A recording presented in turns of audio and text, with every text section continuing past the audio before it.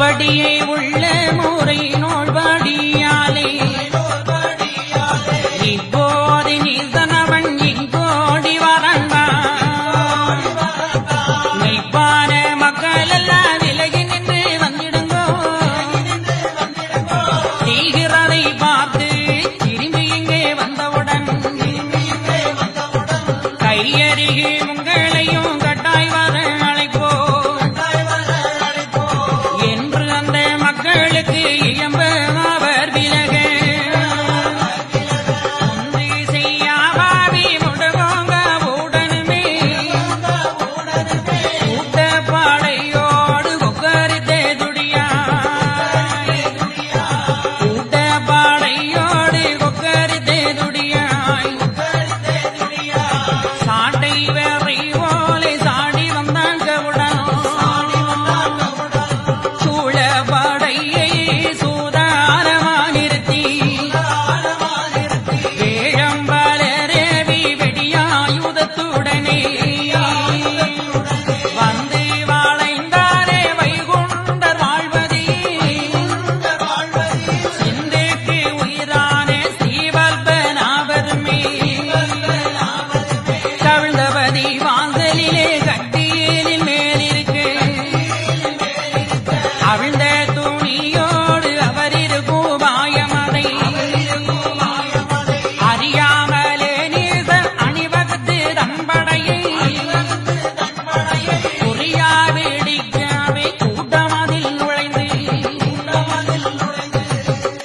தந்தையாகிய நாராயணமூர்த்தியிடம் வைகுண்டப் பரம்பொருள் விஞ்சைகள் பெற்று பண்டு இருந்த தலத்தினை வந்திருந்து இருந்தனர் விஞ்சை பெற்று இருபுறம் முனிவர் சூழ பொருந்திடும் கமலமாது பூரண மதுவாய் நிற்க கரிந்திடும் ஈசப்பாவிகள் கயிறுவாள் வெடிகள் சூலம் புரிந்தவன் கோட்டி செய்து எம்பெருமானை சிறைபிடிப்பதற்காக சுவாமி தொப்பை நோக்கி வந்து கொண்டிருக்கின்றார்கள். அப்படி வந்து கொண்டிருக்கின்ற படைகளை எம்பெருமான் அறிந்து அவர் அருகில நின்ற மக்களை பார்த்து ஐயா சொல்வார்கள், மக்களே, முப்படியே உள்ள முறைநூற்படியாலே நான் தந்தையிடத்திலே பெற்ற உபதேசத்தின் பிரகாரம் இந்த நீச பாவிகள் எல்லாம் என்னை பிடிப்பதற்காக வருகின்றார்கள்.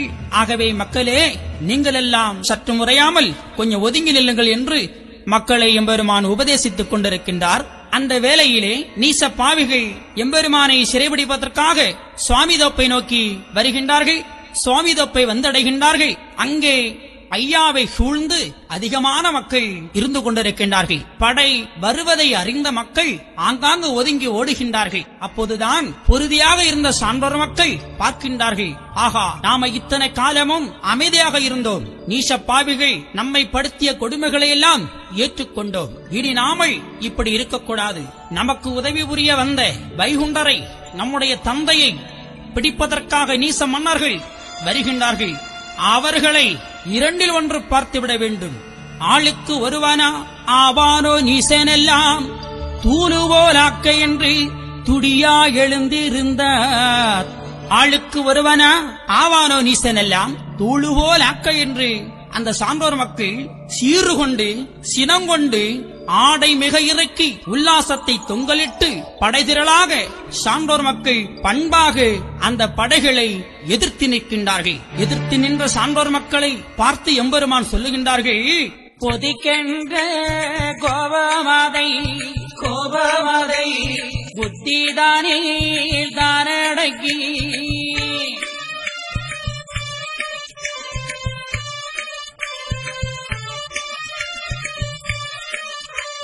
பொறுத்து இருந்தவரே பெரியோராகு மக்கா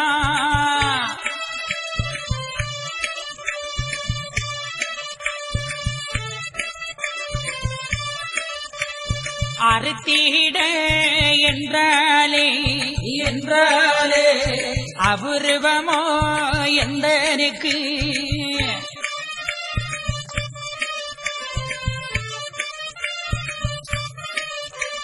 வம்பு செய்வதை பார்த்து வாதைக்க வந்தேன் அக்குலத்தை.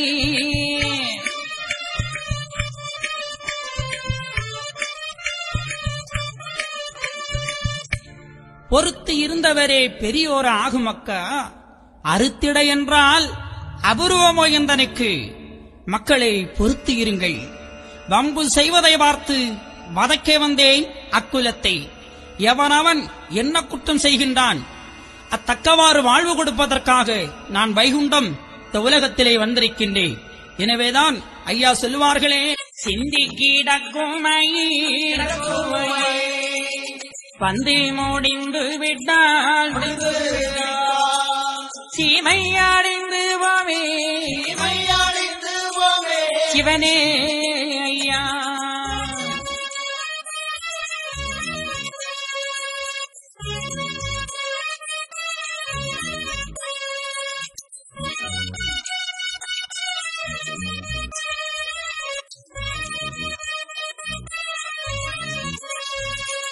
கைதட்டும் பொழுதோ கண் சிமிட்டும் நேரமோ கலியன் இருப்பதெல்லாம் சிவனே ஐயா.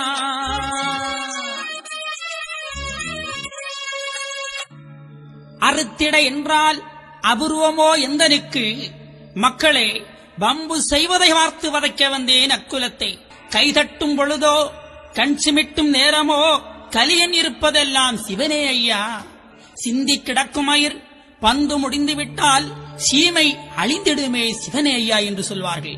எனவே நான் இவர்களையெல்லாம் அறுத்திட என்றால் இக்கணமே இந்நொடிப்பொழுதிலே நான் இவர்களையெல்லாம் அழித்து விடுவேன். இவர்களை தேர்ந்தெடுத்து நல்லவர்களை தேர்ந்தெடுப்பதற்காக வந்திருக்கின்றேன். அவனவன் செய்யும் குற்றம் ஆண்டி நான் அறிவேன் என்று சொல்வார்கள். இம்பெருமான் சொல்வார்கள், மக்களே நீங்கள் எல்லாம் உற்பனமாறிந்தோர் ஒதுங்கி இருங்கோ என்று சொல்வார்கள். நான் இவனை அழிக்க வந்திருக்கின்றேன். எனவே மக்களை நீங்கள் எல்லாம் அமைதியாக ஒதுங்கி இருங்கோ என்று அவர்களை பார்த்து சொல்லிவிட்டு, செடிகளைத்து என் மக்களே நான் தெளிந்த முயல் பிடிக்க வாரே.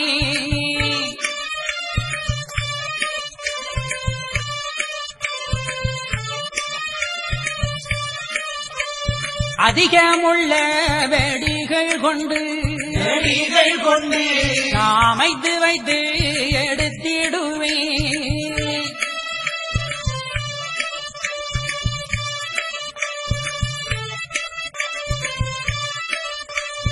கண்ணு மக்கா நீங்கள் எல்லாம் கருத்தோடு இருந்திடுங்கோ.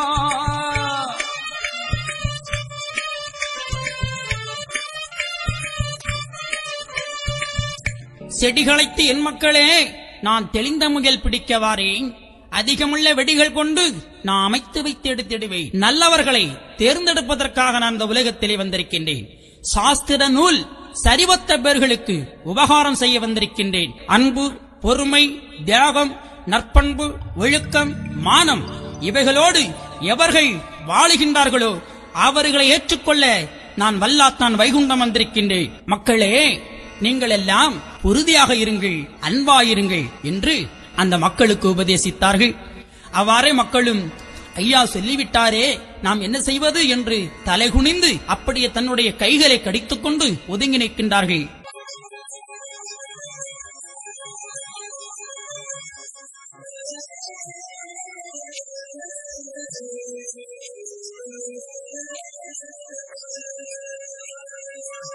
நீசன் மகிழ்ந்து எதிர்பாரே காணோம் என்று பாச காயறு கொண்டு பரமன் வைகுண்டரையும்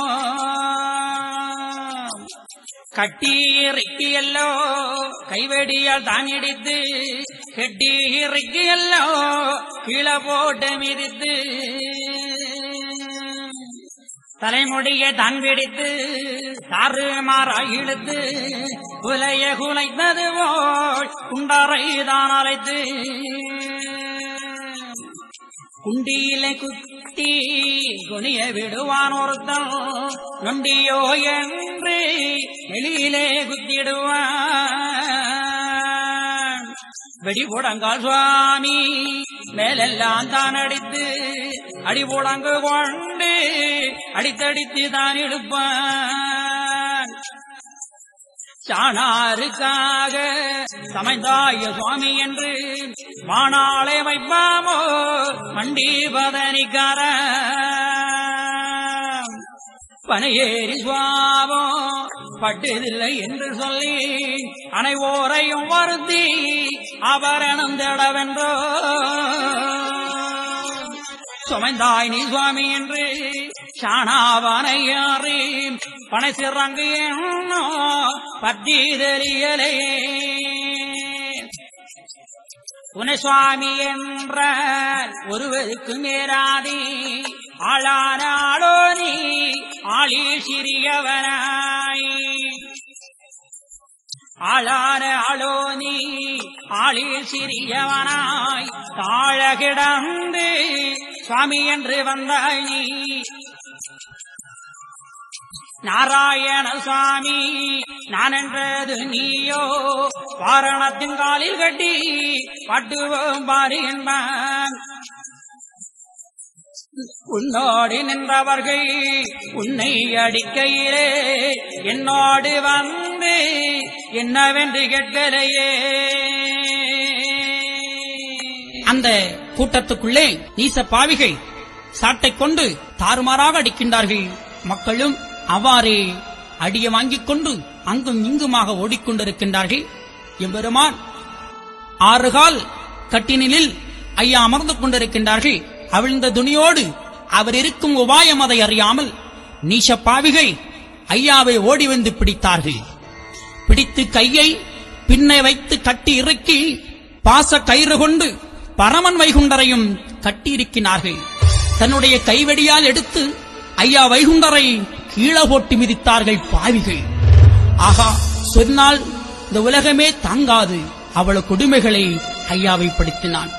தலைமுடியை பிடித்து தாறுமாறாக இழுத்து குலையை குலைத்தது போல் குண்டரை தானடித்தான் பாவிகள். குண்டியிலே ஒருவன் கோல் கொண்டு குத்திடுவான், நொண்டியோ என்று எம்பெருமானை நெளியிலே குத்திடுவான். இத்தனை வேதனைகள் எம்பெருமானை செய்தார்கள்.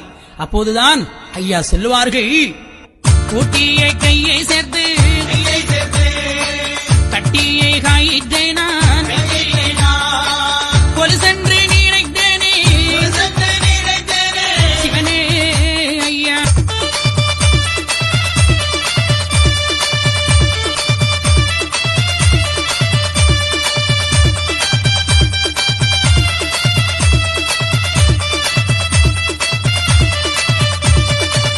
வெள்ளித்தாடியை கொண்டு கள்ளானை போல தள்ளி விட்டன்னை அடித்தானே சிவனே ஐயா.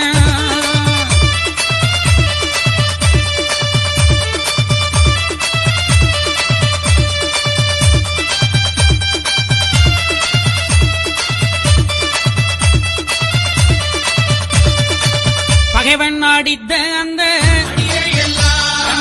தரப்பாளி எண்ணி எண்ணி நினைத்துக் கொண்டேன் சிவனே ஐயா.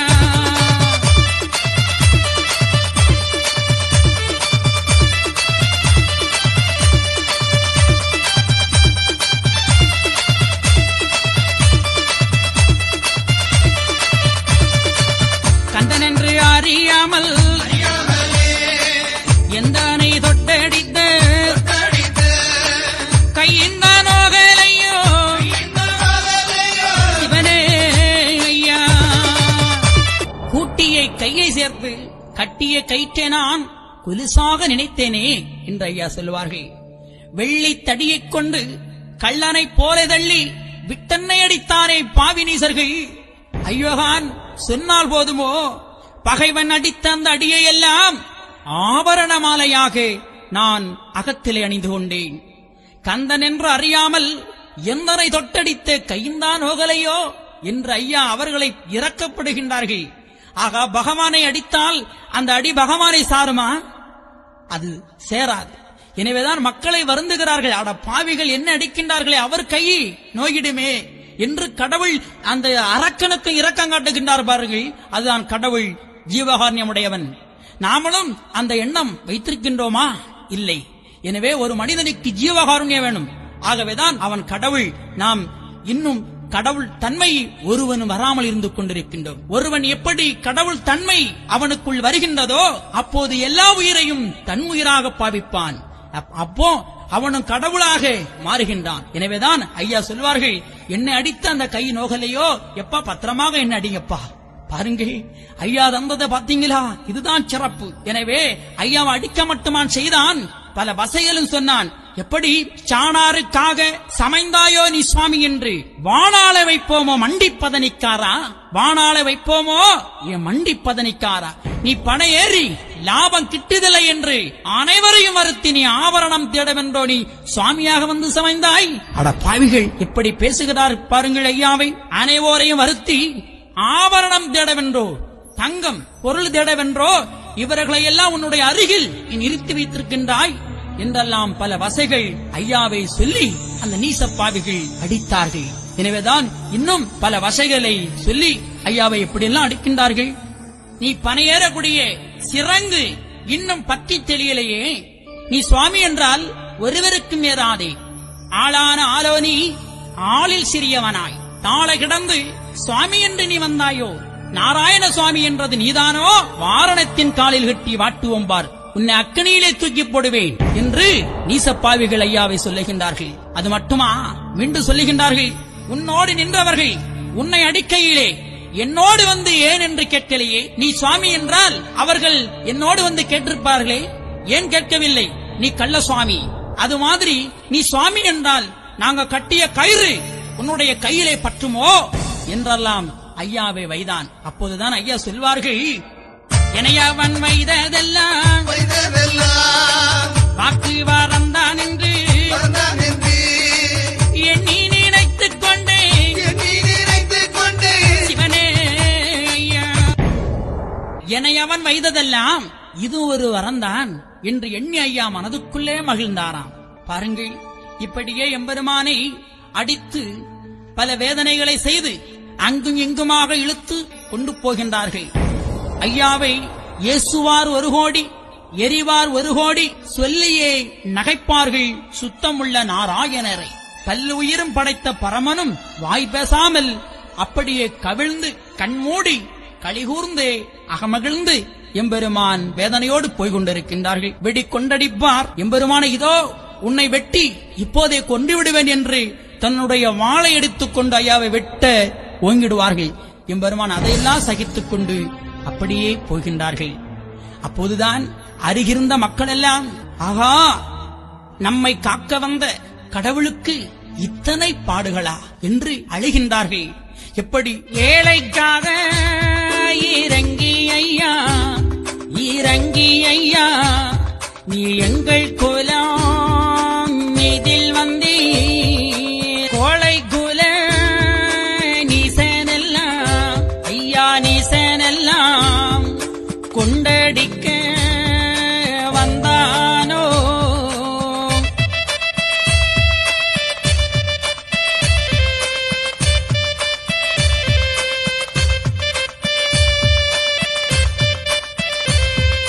பாவி எந்த நீசனாலே ஐயா, நீசனாலே பட்டதுயே தானறிந்து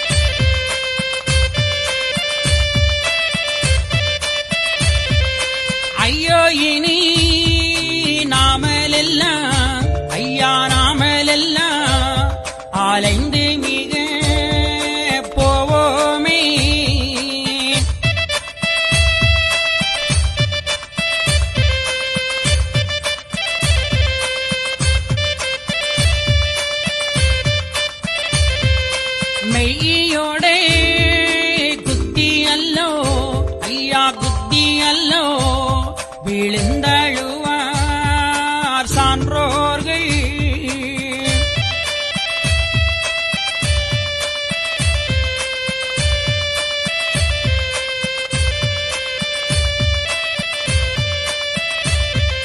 தாய் தகப்பன் இல்லை என்று ஐயா இல்லை என்று தானடித்த நீசனெல்லாம்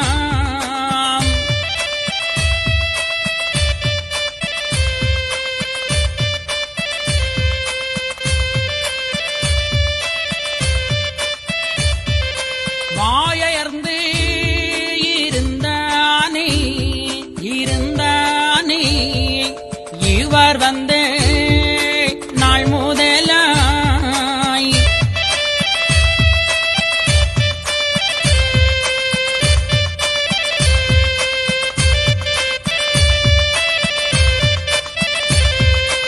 இனி யாரு நம்மையும் தான் ஐயா நம்மையும் தான் ஏத்து கை தாரதுதான்.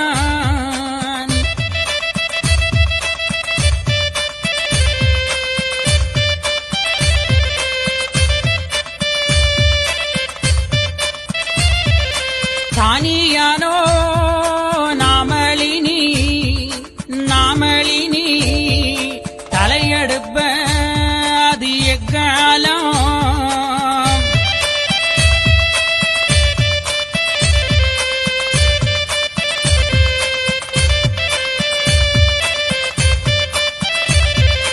என்று அந்த சான்றோர்கள் சான்றோர்கள் சொல்லி அழுத சத்தம்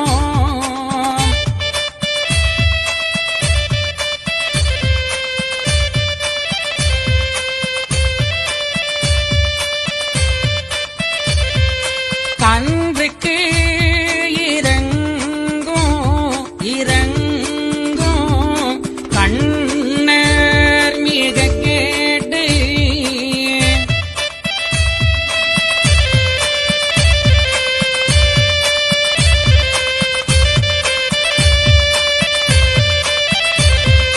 மலையதுங்கோ நீங்கள் மக்கா நீங்கள் மக்கா மாமுனிவன் புத்திரரே.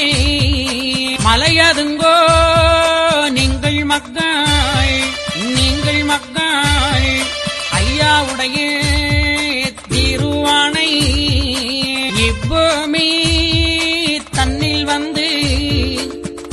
வந்து இத்தனை நாள் வரைக்கும் கைபொருள் இச்சை மக்கா இச்சை மக்கா காரத்திலே மிக நினைத்து கைகூலி வேண்டியல்லோ வேண்டியல்லோ கருமம் செய்தே ஆனாக்கால்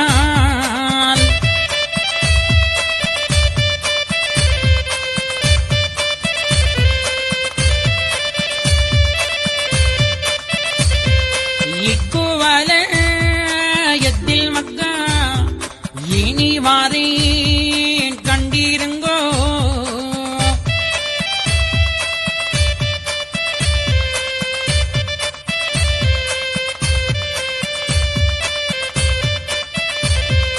கர்மமது நிச்சயித்து நிச்சயித்து தாரணியில் வந்ததுண்டால்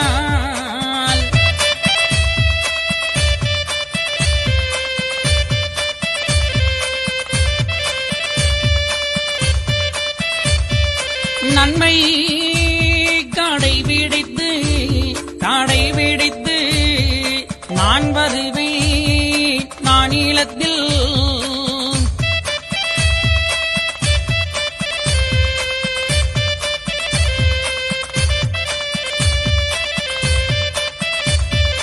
ஒன்றுக்கும் அலையாதுங்கோ அலைய வேண்டாம் வேண்டாங்கான் உத்தமரை.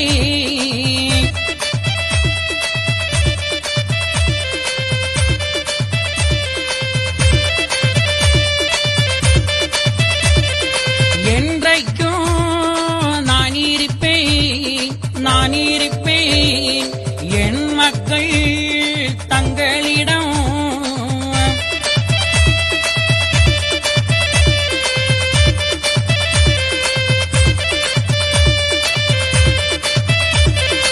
ஆளுவேன் ஓர் கூடைக்குள் ஆன வைகுண்டமனாய்.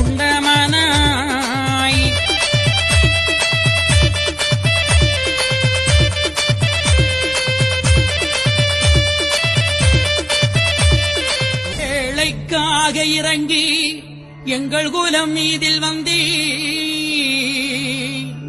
கோழை குல நீசம் கொண்டடிக்க வந்தானோ.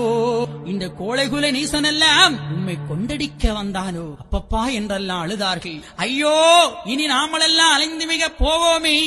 மெய்யோட குத்தி அந்த மக்கள் எல்லாம் அழுதார்கள். தாய் தகப்பன் இல்லை என்று தானடித்த நீசன் எல்லாம் நாமெல்லாம் அனாதையாக வாழ்ந்து கொண்டிருந்தோம். இவர்களுக்கு அப்பா கிடையாது அம்மா கிடையாது என்று சொல்லியே அடித்தார்கள் இந்த மக்களை. ஆனா ஐயா வைகுண்ட சுவாமிகள் என்று இந்த உலகத்துக்கு வந்தார்களோ அன்று இந்த குலம் தழைக்கப்பட்டது. ஏழை எளியவர்கள் எல்லாம் சிறப்படைந்தார்கள். பெண்கள் வாழ்வு பெற்றார்கள். ஆலய வழிபாடு பெற்றார்கள். சம உரிமை பெற்றார்கள். இப்படியெல்லாம் கிடைத்தது. ஆனால் இது இனி நாம இதை இழந்துருவோமோ என்று இந்த மக்கள் எல்லாம் பயந்தார்கள். இனி யாரு நம்ம ஏத்து கை தாரதுதான். இனி தனியாரோ முன்னால போல நாமளும் அயர வேண்டியதுதான். அன்றையப்பட்ட கஷ்டமும் இன்று நம்ம பட வேண்டியதுதான். அப்படி என்று அந்த மக்கள் எண்ணி வேதனைப்பட்டார்கள். அப்போதுதான் ஐயா அவர்களை பார்த்த ஐயா சொல்வார்கள், மக்களே ஏனப்பா நீங்க கலங்குகிறீர்கள், ஏன் கவலைப்படுகிறீர்கள், நீங்க கவலையே படாண்டா. ஏனென்றால் ஐயா சொல்வார்களே, எப்பா மலையாதுங்கோ நீங்கள் மாமுனிவன் புத்திரரே, அலையாதுங்கோ மக்கா ஐயாதிருவானே, ஏன் நீங்கள் கவலைப்படுகிறீர்கள்? ஆஹா ஏன் அப்பா எதற்காக நீங்கள் பயப்பட வேண்டும்? இப்பூமிதனில் வந்து இத்தனை நாள் வரைக்கும் கை பொருளுக்கு கருத்தில் மிக நினைத்து கை கூலி வேண்டி கருமம் செய்தே ஆனாக்கா இக்குவலயத்தில் இனிவரேன் கண்டிருங்கோ.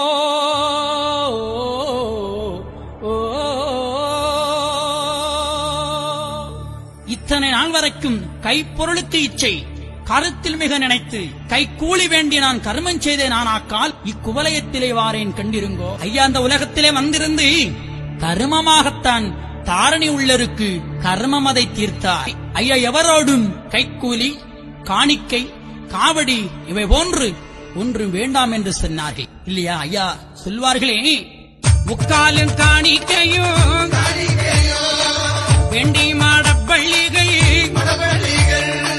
முடிக்கவும் சொன்னதுண்டோ இவனே.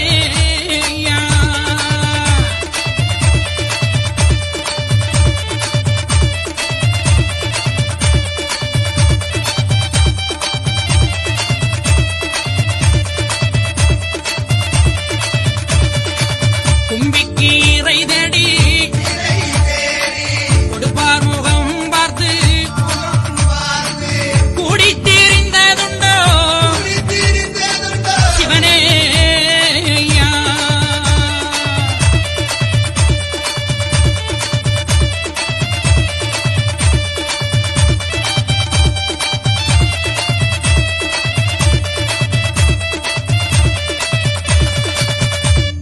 முக்காலும் காணிக்கையும் வேண்டி மடப்பள்ளிகள் முடிக்க சொன்னதுண்டா?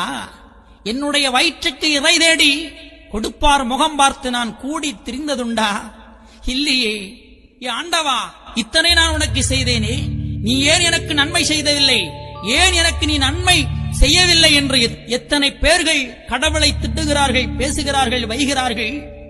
ஆனால் கடவுள் இதெல்லாம் கேட்டாரா? நாமல் இன்று செய்து கொண்டிருப்பது என்னது? எதற்காக செய்கின்றோம்?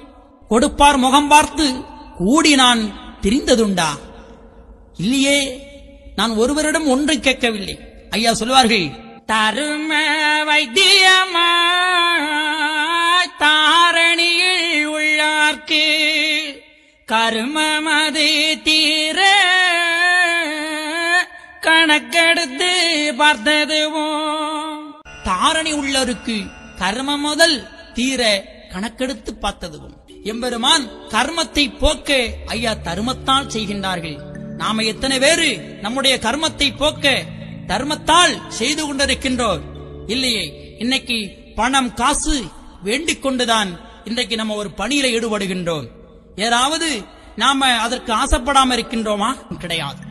எனவேதான் கடவுள் வேறு நாம வேறாக இருந்து கொண்டிருக்கிறோம். ஆனால் ஐயா சொன்னார்கள், நமது வாழ்வும் மக்கள் வாழ்வும் ஒன்று போலே, எனது வாழ்வும் மக்கள் வாழ்வும் ஒன்று போலே, மக்களே என்னை போன்று நீங்கள் இருங்கள் என்று சொன்னார்கள். இன்னைக்கு நாம் தான் உலகத்திலே பெரியவன், என்னை எல்லாரும் தெரிந்து கொள்ள வேண்டும், என்னை எல்லாரும் அறிந்து கொள்ள வேண்டும் என்றெல்லாம் நினைக்கின்றோம். அதெல்லாம் தவறு. நாம் இந்த உலகத்திலே கொண்டு வந்தது எதுவும் இல்லை, கொண்டு போறது எதுவும் இல்லை. எல்லாம் படைத்த ஈஸ்வரனுக்கே, எல்லாம் அந்த வைகுண்டருக்கே, எல்லாம் அந்த பரம்பொருளுக்கு அர்ப்பணம் என்று தன்னை ஒரு தியாகத்தன்மையோடு கடவுளோடு ஒப்படையுங்கள். நிச்சயமாக நீங்களும் கடவுளாகலாம். இதுதான் ஐயா சொன்னார்கள். இந்த உபதேசத்தை ஐயா சொல்லுகின்றார்கள். நான் எதையெல்லாம் ஆசைப்பட்டது உண்டா? கிடையாது. ஆகையினாலே தர்மம் அது நிச்சயித்து தாரணியில் வந்ததுண்டால் நன்மை கடைபிடித்து நான் வருவேன் நானிலத்திலே. மக்களே, நீங்கள் ஒன்றுக்கும் அலைய வேண்டாங்கான் உத்தமரே, என்றைக்கு நான் இருப்பேன் மக்கா, உங்களிடம் தங்களிடம் நான் இருப்பேன். ஆளுவேன் ஒரு குடைக்குள் ஆன வைகுண்டவனாய் வாழுவ மக்கா வையகத்தை நாமாக. என்ன அற்புதம் பாருங்க! ஐயா மட்டுமா ஆழ்வேன் என்று சொன்னார், நாமளும் சேர்ந்து ஆளலாம் என்று சமத்துவத்தை தந்தார். சாதி வேதத்தை அறுத்தார்கள். இதுதான் ஐயா. இத்தனையும் சொல்லி அந்த மக்களுக்கு ஒன்றைக்கும் அலைய வேண்டாம், யுகபர நாதனானை என்றைக்கும் மலையின் மீது ஏற்றிய தீபம் போல, கன்றுக்கு பாலு போலும் கண்ணுக்கு புருவம் போலும் என்றைக்கும் மக்கா உங்களிடமிருந்து அரசு ஆழ்வேன் என்று சொல்லி அந்த மக்களுக்கு உபதேசத்தை எம்பெருமான் சொல்லி ஐயாவை பிடித்து கொண்டு போகின்றார்கள். என்று மகிழ்ந்து எம்பெருமா உள்ளடக்கி அன்றுதானை அலந்த மாலோ நடக்கழுத்தார்.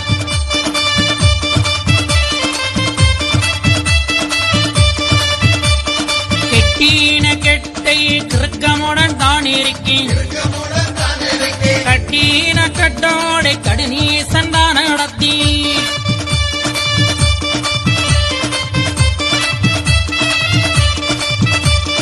இயேசுவார் மாயவரை எரிவாரான் மாயவரை, பேசுவார் மாயவரை பெய நண்பார் மாயவரை.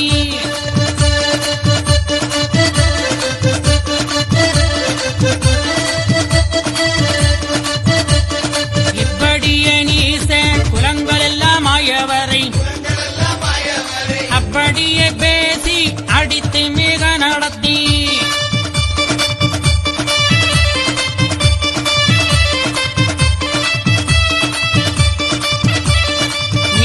குலம் இருக்கும் நெடுந்தருக்கள் ஊர்வழியே, பாச கயிரோடு பகற்கள்ளனை போலே.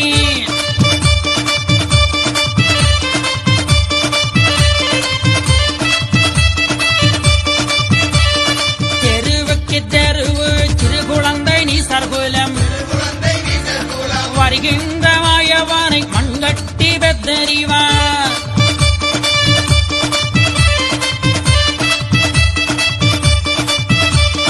தலையை பிடித்திழுப்பார் சடைவேயன் பேயன் என்பார். இலை சருகு போலே எரிகின்ற சாதி எல்லாம்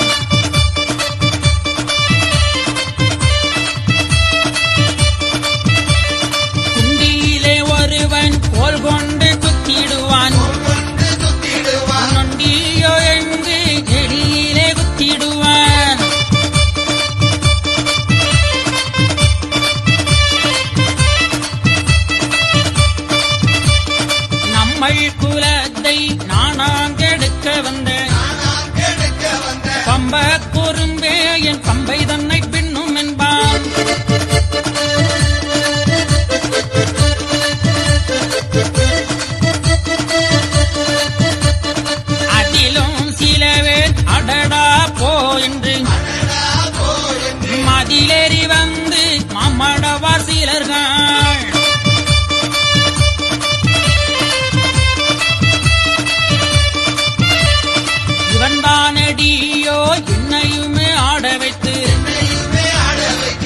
சமந்தனைய சுட்டது தான் சுட்டவே எனிவன்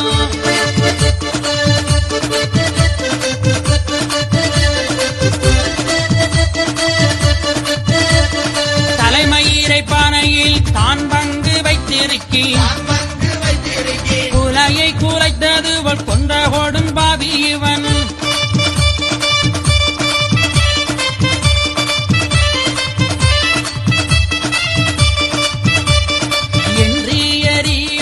இவர் சிலர்கள் அம்மானை அன்றதுகள் கண்டு அதிலும் சில மடவார்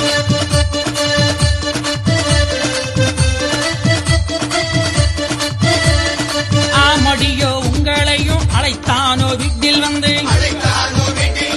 ஓமடியோ இந்த இருமாப்பு பேசாதுங்கோ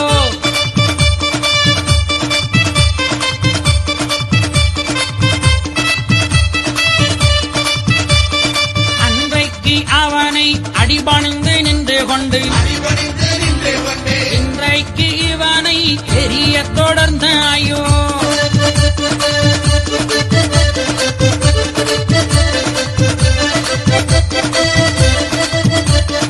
என்று சில பேர்கள் எரியாதே என்று உரைப்பார் நன்று நன்று என்று நாராயணர் உள்ளடக்கி பாசக்கயிரோடு பகற்கள்ளனைப் போலே தெருவுக்கு தெருவு சிறு குழந்தை நீசகுலம் வருகின்ற மாயவனை மண்கட்டி பேத்தெறிவார்கள். அட பாவி குலமே, ஐயாவுக்கு இந்த மக்களை காக்க வந்த கடவுளுக்கு சோதனையை பாருங்கள். எவராவது அறிந்து கொண்டார்களா கடவுளை? ஐயா சொல்வார்கள், களிமாசு கொண்டவர்கள் கண்டுகொள்ள மாட்டார்கள், களிமாசு கொண்டவர்கள் கண்டுகொள்ள மாட்டார்கள். அதே போல நீச குலமெல்லாம் களி மாசு பிடித்திருந்தார்கள், கடவுளை கண்டுகொள்ளவில்லை. எனவேதான் வருகின்ற மாயவனை மண்கட்டி பேத்தெறிந்தார்கள். தலையை பிடித்தெழுப்பார், சடைவேயன் பேர் என்பார். இப்படியே ஐயாவை பல கொடுமைகளை செய்து சுசீந்திரத்தை நோக்கி கொண்டு வருகின்றார்கள். அப்படி வருகின்ற பொழுது அதிலும் சில பேர்கள் மடவார்கள், பெண்கள் எல்லாம் மதிலேறி வந்து ஐயாவை பார்த்து சொல்லுகின்றார்கள், இவன் தானடியோ என்னையுமே ஆட வைத்து சமந்தனையை சுட்டது போல் தான் சுட்ட பேயனிவன், தலைமயிரை பனையில் தான் பங்கு வைத்திருக்கி குலையை குலைத்தது போல் கொன்ற கொடும் பாவி இவன். அட பாவி குலமே, அந்த பெண்கள் இப்படி பேசுகிறார்கள் பாருங்கள். ஏனென்றால் அவர்களுக்கு பேய் பிடித்திருந்தது. ஐயாவோடு வந்தார்கள், கடவுளே எனக்கு பேய் பிடித்திருக்குது, அந்த பேயை நீர் ஓட்டும் ஐயா என்று சொன்னார்கள். ஐயாவும் அந்த பேயை ஓட்டினார். அதற்கு நன்றி கடன் இந்த பெண்கள் எப்படி செலுத்துகிறார்கள் பாருங்கள். அதிலும் ஒரு சில பெண்கள் நல்லவர்கள், பெண்களே உங்களை வீட்டில் வந்து அழைத்தானா, என்னோடு வாருங்கள் என்று. நீங்கள் தானே போனீர்கள், எனக்கு நோய் வந்திருக்கிறது, எனக்கு பேய் பிடித்திருக்கிறது என்று. எனவே அவர் பேயை ஓட்டினார். அதற்கு நன்றி கடனா செலுத்துகிறீர்கள், இப்படி பேசுகிறீர்கள் என்று அந்த அம்மைமார்கள் ஒருவருக்கு ஒருவர் பேசிக் கொள்ளுகிறார்கள். அப்போதுதான் எம்பெருமான் மனதுக்குள்ளே எண்ணுகின்றார்கள், நீங்களே ஒருத்திக்கு ஒருத்தி உரைத்திருங்கோ, இந்த வழக்கு உங்களுக்குள்ளே தீரட்டும் என்று எம்பெருமான் வந்து கொண்டிருக்கின்றார். அப்படி வருகின்ற பொழுது தாவி சுசீந்திரம் தலநோக்கி கொண்டு சென்றார்கள். சுசீந்திரத்தில கொண்டு அனந்தபுரத்தை ஆண்ட நீச மன்னனிடம் கொண்டு ஐயாவை விட்டிருக்கின்றார்கள். ஐயாவை என்னென்ன சோதனைகள் எல்லாம் செய்கின்றான் பாருங்கள். கலிராசன் முன்பு ஐயா வைகுண்டரை கொண்டு நிறுத்தப்பட்டிருக்கின்றது.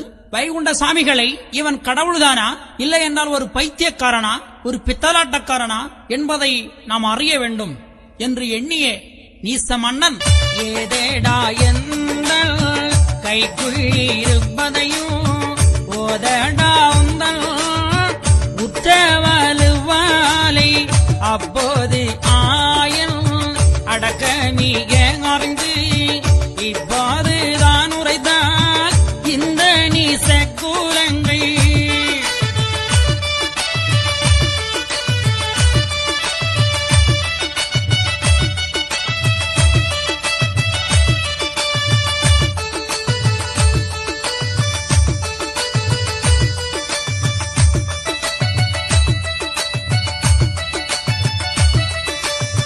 கண்டுபிடித்து அல்லோ கட்டுவா நம்மையுமே தொண்டு செய்யும் சான்றோர்கள் துயரமது ஆறாது.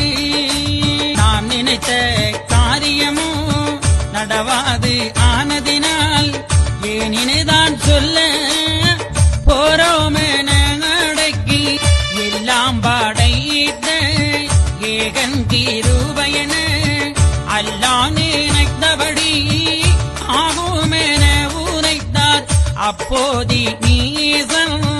அவன் வெகுளியாய் உரைப்பான் இப்போதொரு மறுடாய் இவனே சுவாமியே என்று.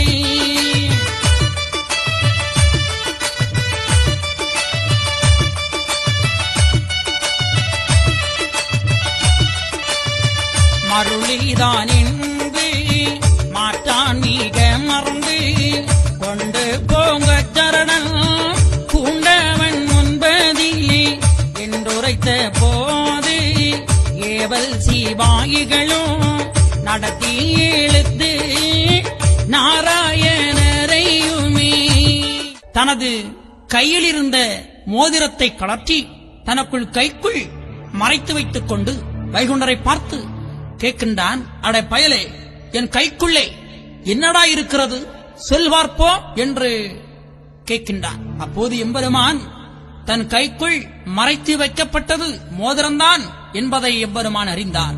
ஆனால் நாம் சொல்லிவிட்டால் நமக்கு தொண்டு செய்கின்ற இந்த மக்களுக்கு துயரம் தீராது.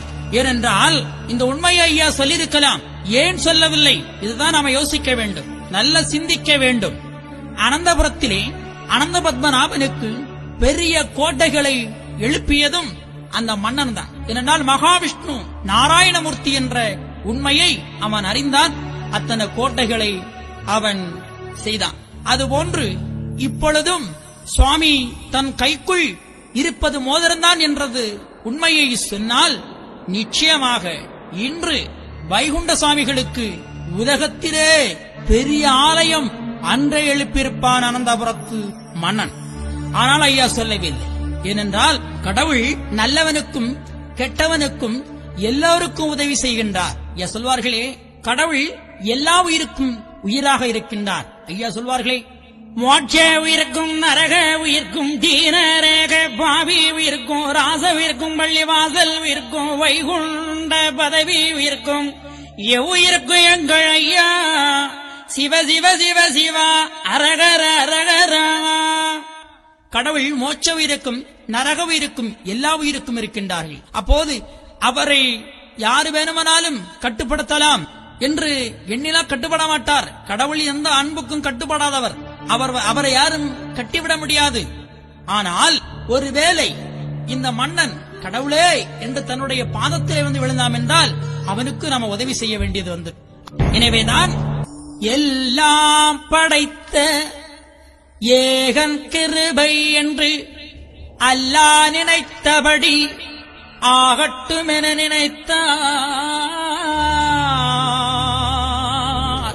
எல்லா ஏகன் கிருபை அல்லாஹ் நினைத்தபடி ஆகும் என எம்பெருமான் நினைத்தார். எனவே அப்போது நீச மன்னன் ஆஹா இவன் கடவுள் கிடையாது, எனவே சந்தோஷம் கொண்டு இவன் சாமி அல்ல, இது ஏதோ ஒரு மாயை, எனவே அவன் இனி வைகுண்டரை பல கொடுமைகளை செய்ய வேண்டும் என்று எண்ணி அவன் யாரங்கே வாருமிங்கே இந்த ஷாரான் என்ற சாமியை இழுத்துக்கொண்டு சரணன் முன்பிலே கொண்டு விடுங்கள் என்று உத்தரவிட்டான்.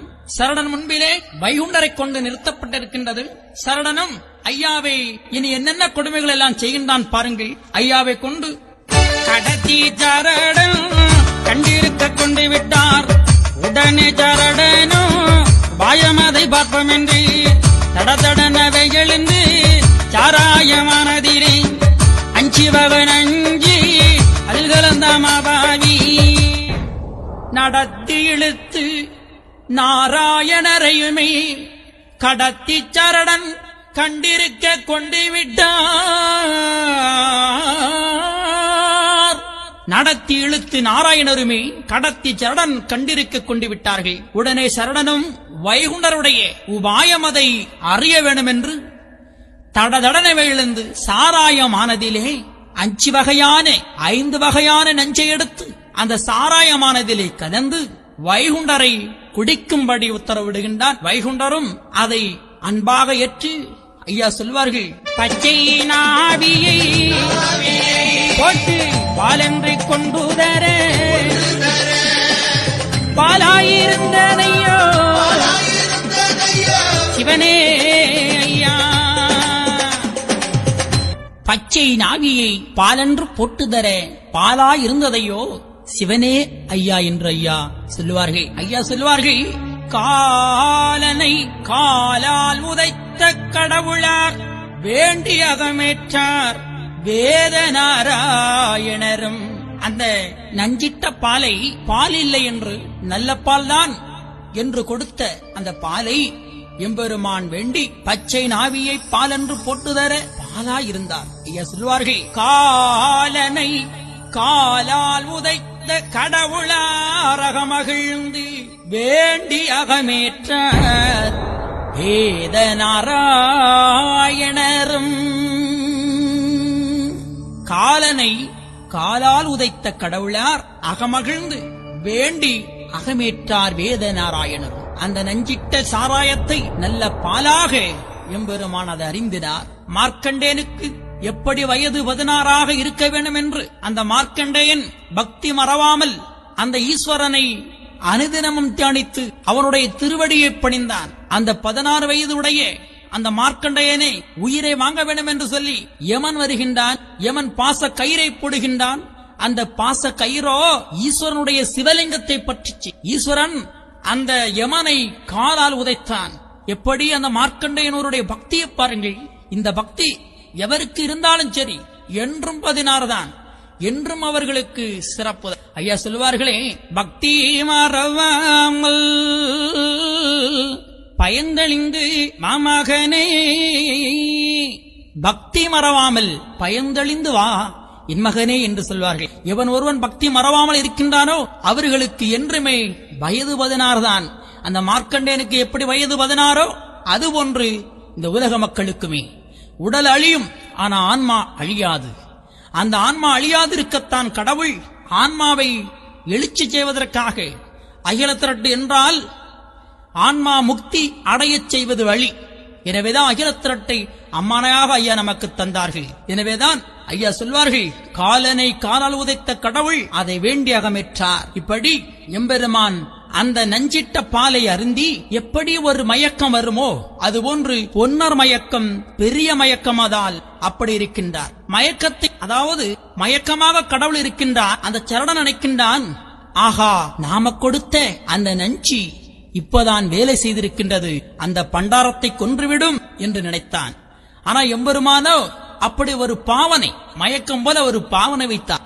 இவன் செத்துவிட்டான் என்று அறிந்து செத்த பிரேதங்களை போடக்கூடிய அந்த பிரேத அறைக்குள்ளே கொண்டு ஐயாவை அடைக்கச் செய்தார். பாவி நீச பாவிகள், ஐயாவை அந்த பிரேத அறைக்குள்ளே கொண்டு போடுங்கள் என்று உத்தரவிடுகின்றான். சரடன் உத்தரவோடி அப்படியே ஐயாவை கொண்டு அந்த கொடும்பாவியும் கொண்டு ஐயாவை பிரேத அறைக்குள்ளே கொண்டு அடைக்கின்றார்கள். எம்பெருமானும் சொல்லுகின்றார், பாருங்கள், என்னையோ உலகாணி யாரையிலே கொண்டு போய் அடைத்தானே சிவனே ஐயா.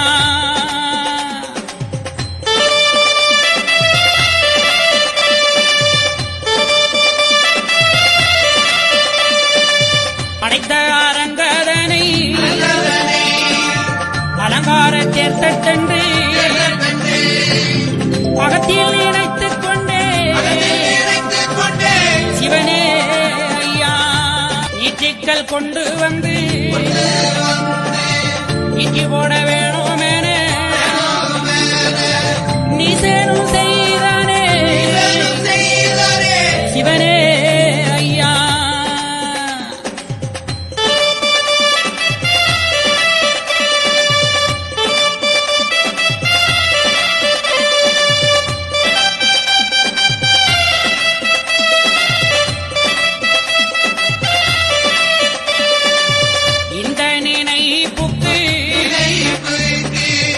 சோரிகிறார் என்று எண்ணி நினைத்துக் கொண்டே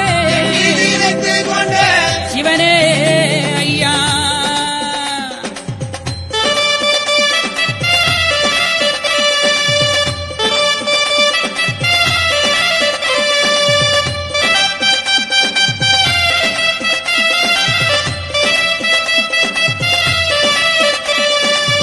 நெய் ஊற்றி கட்டையடிக்கி தீயையும் வைத்து ஆதி நீந்திக்கோ என்றானே சிவனே ஐயா.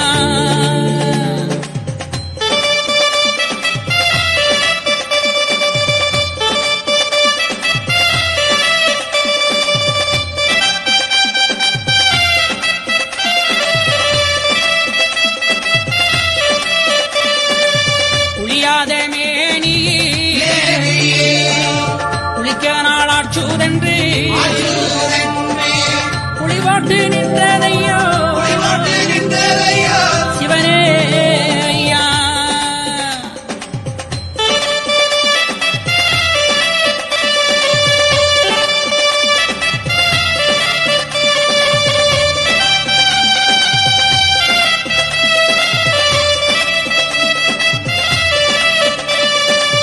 அரங்கதானில் அடைத்து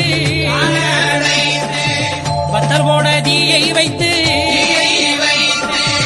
அசையாமல் இருந்தனையோ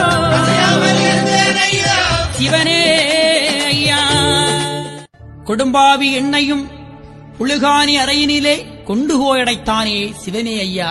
அடைத்த அரங்கதனை அலங்கார தேர் தட்டு என்று நான் நினைத்துக் கொண்டேன். நீச்சுக்கள் கொண்டு வந்து நீந்தி போட வேணுமென்று நீசனம் செய்தானே சிவனே ஐயா. இந்த நினைப்புக்கு பூச்சொரிகிறேன்.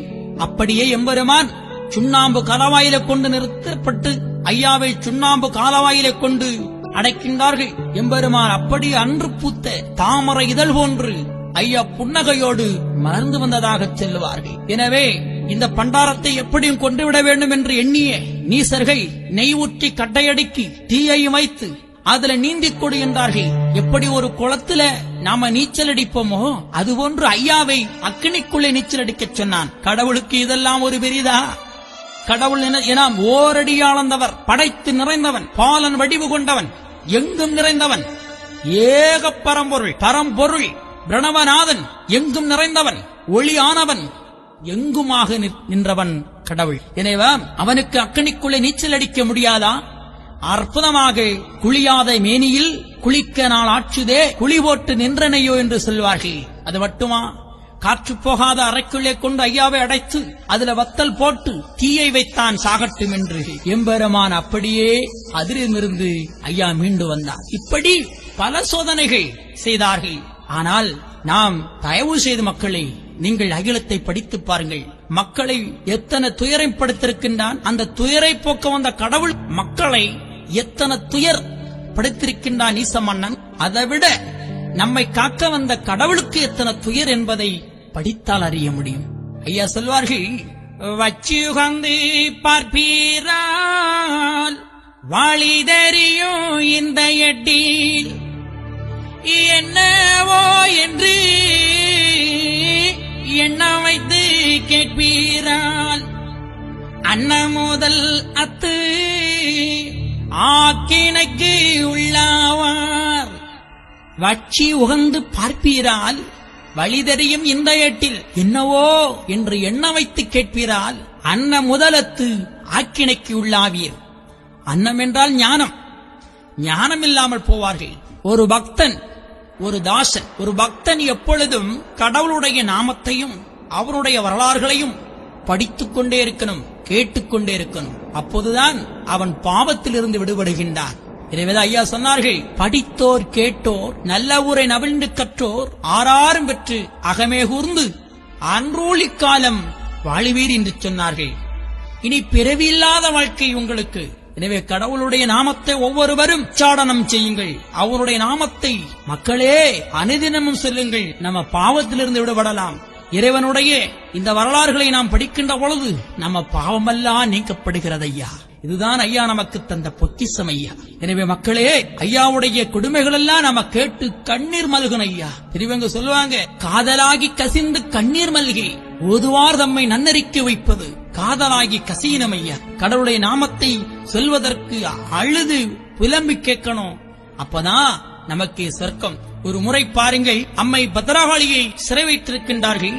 சிறை வைக்கப்பட்டிருக்கின்ற பொழுது நாராயணமூர்த்தி சோர்மானிடம் சொல்லுவார்கள், மைத்துனா, காளிக்கு சிறை வாய்த்ததென்றால் ஆருக்கும் சுகம் வாய்க்குமோ இந்த உலகத்தில்.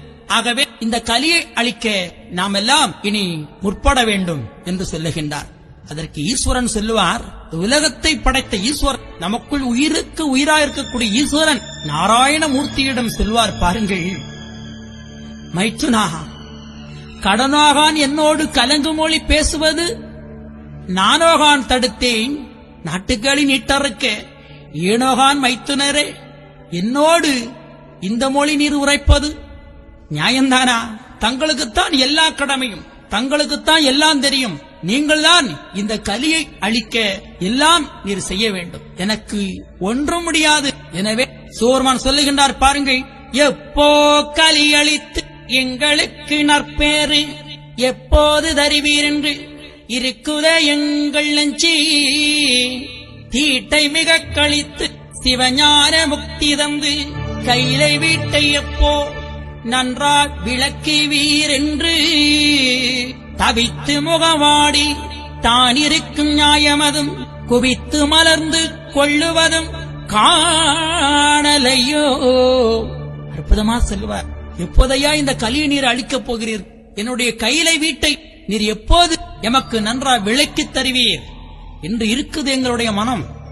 ஆக தீட்டை மிக கழித்து சிவஞான முக்தி நீர்தான் தர வேண்டும். சிவபெருமானே நாராயணமூர்த்தியோட எப்படி சொல்லுகின்றார் பாருங்கள்.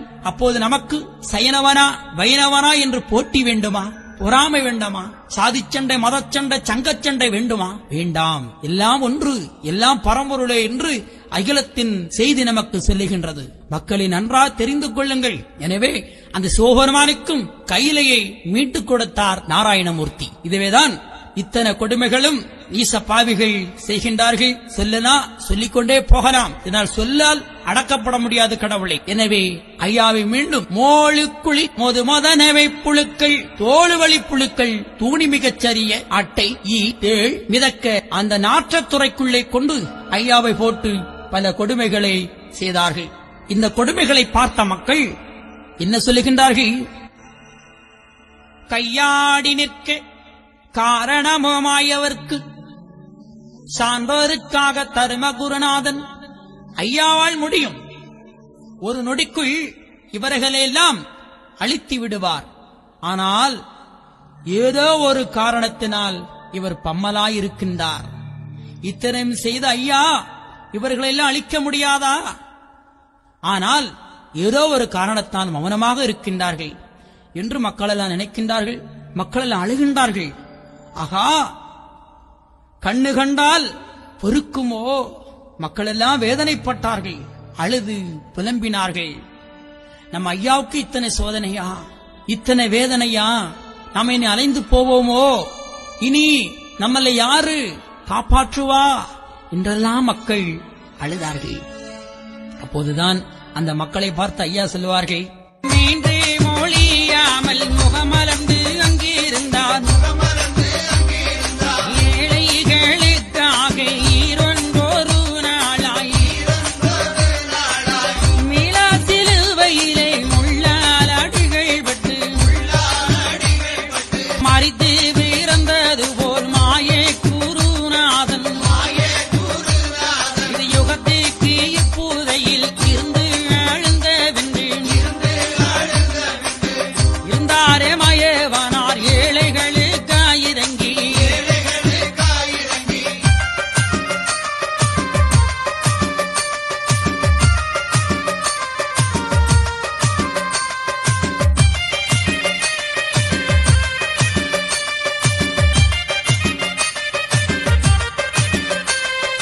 இருந்தாரே மயவனார் ஏழைகளுக்காயிரங்கி கருந்தாரமார்வன் கருத்தில் மிக நடக்கி எல்லாம் அடக்கி இருக்கும் அந்த நாளையிலே பொல்லாத கலியன் புறப்பட்டான் மெற்கனவே பேயனையோ இங்கே கொடுவாரும் என்று அப்போது சொல்லி அவன் நடந்தான் மேற்கனவே. இப்போ வைகுண்ட சுவாமியாக மகாவிஷ்ணு இங்கே வைகுண்டமாக வந்து பிறந்திருக்கின்றார் என்ற உண்மையை அகிலத்தின் வாயிலாக நமக்கு சொல்லுகின்றார்கள். எங்கெல்லாம் மக்கள் கஷ்டப்படுகின்றார்களோ அங்கு ஏதோ ஒரு உருவத்திலே கடவுள் தோன்றுகின்றார். இதுதான் ஐயாவளி என்பது ஒரு மகத்துவம், ஒரு ஒற்றுமை. கடவுளை பிரித்து பார்ப்பது கிடையாது.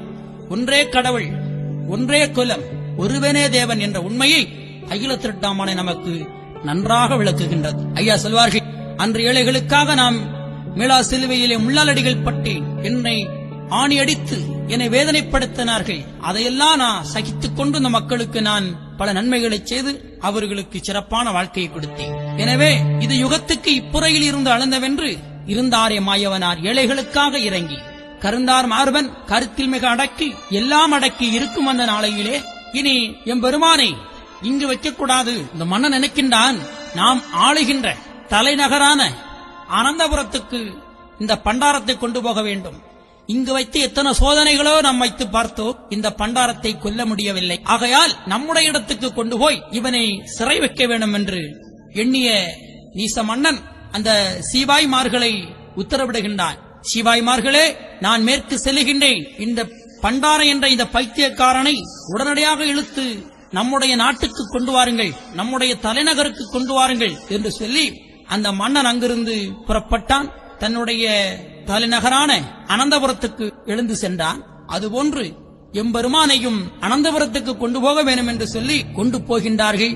கொண்டு போனாரே கோட்டாற்று ஊரோடே கண்டுபெறும் பாவி எல்லாம் கட்டி கொண்டு தானறிய எரிவார் சில பேர்கள், ஏசுவார் சில பேர்கள், வெறி பேயன் பேயன் என்று விரட்டியே மிக எரிவார்கள். ஐயாவே, ஐயா எல்லாம் அடக்கி மாய நெடுமாலும் கனத்த திருமேனி கண்கவழ்ந்துதான் நடந்தாரே கோட்டாறு நல்ல பிடாகை விட்டு கடந்தாரை சுங்கான் கடையல்கை தானு விட்டு பல்பனாபுரத்து எல்கை பார்த்து தெருவோட உற்பனமாயன் உள் தெருவோடே நடக்க ஆகாத பாவியெல்லாம் அவரை கண்டு பழித்து வாயார பேசினார்கள்.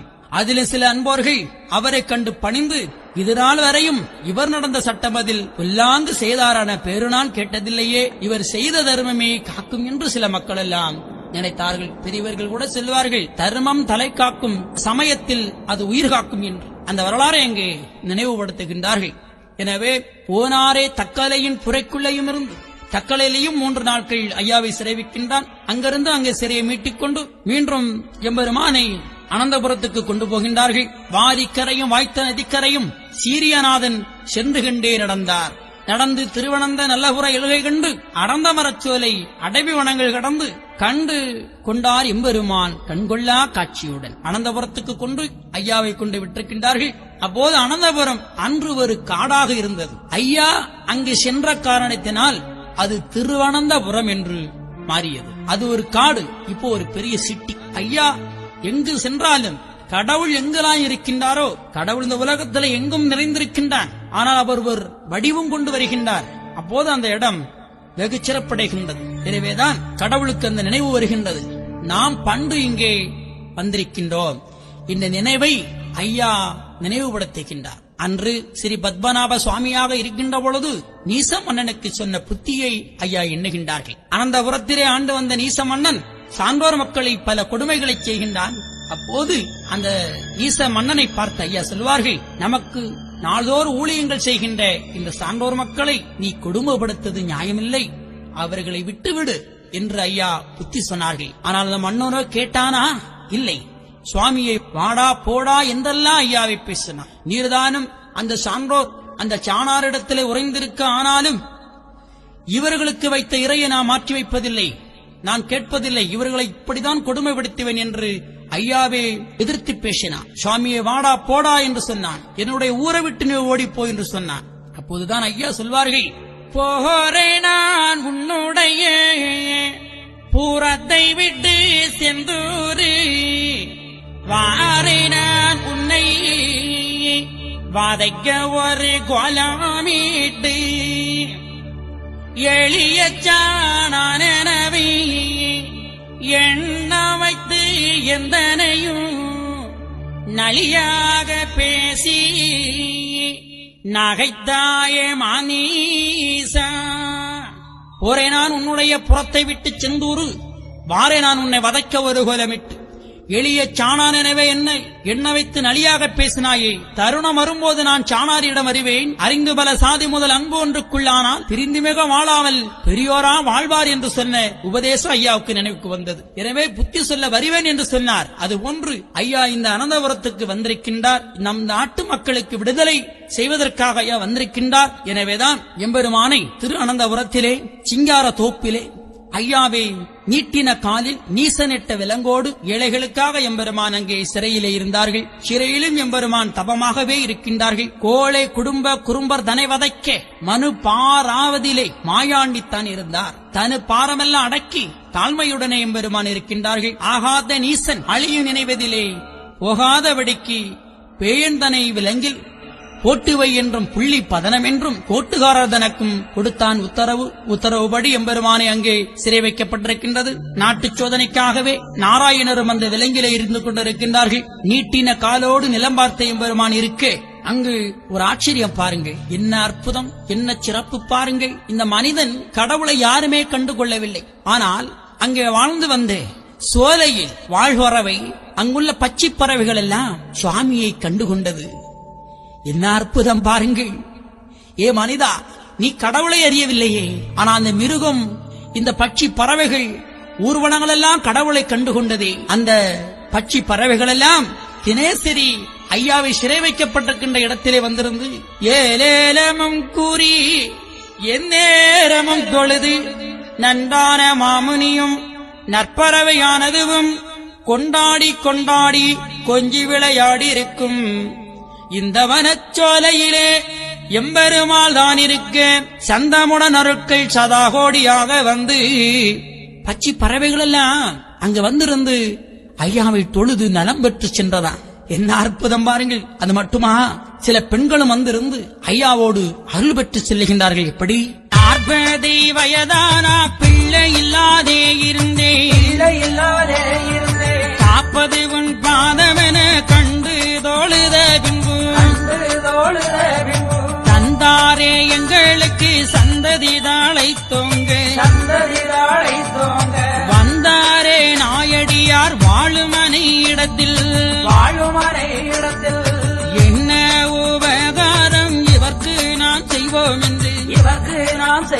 என்று கண்ணல் காதலி கனிகள் கொடுப்போமோ தர்மமதாய் தீர்த்த சஞ்சலானதையும் அம்மம்மா சொல்ல ஆறால் தோலையும் அடி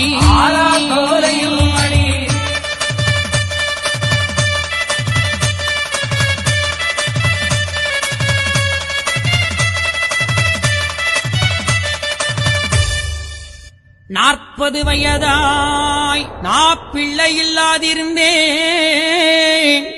காப்பது உன் பாதமென கண்டு தொழுத பின்பு தந்தாரே எங்களுக்கு சந்ததி தலைத்தோங்க. 40 வயதாய் நான் பிள்ளை இல்லாமல் இருந்தேனே ஐயா, காப்பது உன் பாதமெனே வந்து உன்னுடைய திருவடிகளை நான் பணிந்தேன். இந்த ஊர்க்காரங்கள் எல்லாம் சேர்ந்து என்னை ஒதுக்கி வைத்தார்கள். இவள் மலடி என்று என் அருகில் கூட யாரும் வரமாட்டார்கள். அந்த காலம் அப்படிதாயா இருந்தது. ஒருவளுக்கு பிள்ளைகள் என்று வச்சுக்கிடுங்களே, அவளை மலடி என்று பட்டம் கட்டி ஒரு நல்ல காரியம் நடக்கக்கூடிய இடத்திலே அந்த அம்மையை வர சம்மதிக்க மாட்டார்கள். அந்த அம்மை எதுக்கு கூட போக மாட்டாங்க. அதே போல கணவன் இறந்த ஒரு பெண் போனால் கூட அவளுக்கு ஒரு வெள்ளை சேலையும் இல்ல ஒரு புளு கலர் சேலையும் கொடுத்து அந்த அம்மையும் ஒதுக்கி வைப்பார்கள். அந்த அம்மா அருகிலும் போக மாட்டார்கள். அதோ தாலியர்த்தவ வாரா போகக்கூடாது என்று ஒதுங்கி போவார்கள். அதுபோல் பிள்ளை இல்லாமல் வந்தக்கூடிய பெண்களையும் மலடி வாரா அவள் அருகிலே போகக்கூடாது, அவள் கையில இது வாங்கக்கூடாது என்று தீட்டு என்று தள்ளி வைக்கப்பட்ட சமூகம் தான் இந்த சமூகம். ஆனா இன்று அப்படி இருக்கின்றதா? இல்லை. இதுதான் ஐயா தந்த நமக்கு வழி. இன்னைக்கு பாருங்கள், ஒருவள் கணவனை இழந்தால் அவள் மறு கல்யாணம் செய்து கொள்ளலாம் இல்லையா? இன்னைக்கு பிள்ளை இல்லையா, இன்னைக்கு பாருங்க, இன்னைக்கு நிறைய செயற்கை மூலமாக குழந்தை பெறுகிறா. இதெல்லாம் பாருங்கள், இப்படி ஏகப்பட்ட சிறப்பு. யாருமே யாரும் இப்ப ஒதுக்கி வைக்கப்படுவது அல்ல, எல்லாம் சமமாக வந்து விட்டது. இதுதான் ஐயா வந்தது சிறப்பு. இதுவே நம்ம அறிய வேண்டும். எனவே நம்ம அழுதா ஒரால் இந்த மலடி என்று ஒதுக்கி வைத்தார்கள். ஆனா ஐயாவை போய் நான் தொழுதேன். எனக்கு சந்ததி தலைத்தோங்க ஐயா எனக்கு பிள்ளை தந்தார். அது மட்டும் அல்லாமல் நான் வாழ்ந்து கொண்டிருக்கிற என்னுடைய இடத்துக்கும் நாம வாழ்ந்து கொண்டிருக்கிற நம்முடைய இடத்துக்கும் வந்தாரே என்று சந்தோஷப்பட்டார். அதனால இவருக்கு ஏதாச்சும் உபகாரம் செய்யணும், இவருக்கு நாம் ஏதாவது ஒரு நன்றி கடன் செலுத்தணும் என்று எண்ணினார். என்று எண்ணி அந்த அம்மா கண்ணல் கதலி கனிவகைகள் கொடுப்போமா, தர்மமாதாய் தீர்த்த சஞ்சலமது ஆனதையும் அம்மம்மா சொல்ல ஆறால் தொலையுமோடி குட்டம் 18 குடித்த பதமொன்றானே கட்ட முதலாய் காணா பறந்ததுவி. எனவே இப்புதுமை செய்தவருக்கு கொப்பளிக்கு நோமுன்னை கூடாதே, இவரால் ஏதோ ஒரு தொழிலால் இவர் பம்மலாய் இருக்கிறார் என்று அந்த அம்மையர்கள் எண்ணி ஐயாவுக்கு நன்றி கடன் செலுத்தினார்கள். நாமனும் எனக்கு அப்படி இருக்கணும் ஐயா, நன்றி மறக்கக்கூடாது. ஐயா சொல்வார்கள், நன்றி சற்றும் இல்லாத நார வெறும் களி என்று சொன்னார்கள். நன்றியே இருக்காது. இன்னைக்கு நிறைய பேர் அப்படிதான் நன்றி இல்லாம போய்விட்டார்கள். நன்றி இருக்கும். ஐயா சொல்வார்கள், நன்றி மறவாதே நான் பெரிதென்று எண்ணாதே என்று. நன்றியோடு நம்ம இருக்கணும் அல்லவா? எனவே நன்றி மறப்பது நன்றன்று, நன்றல்ல அன்றே மறப்பது நன்று என்று வள்ளுவன் சொல்லுவான்.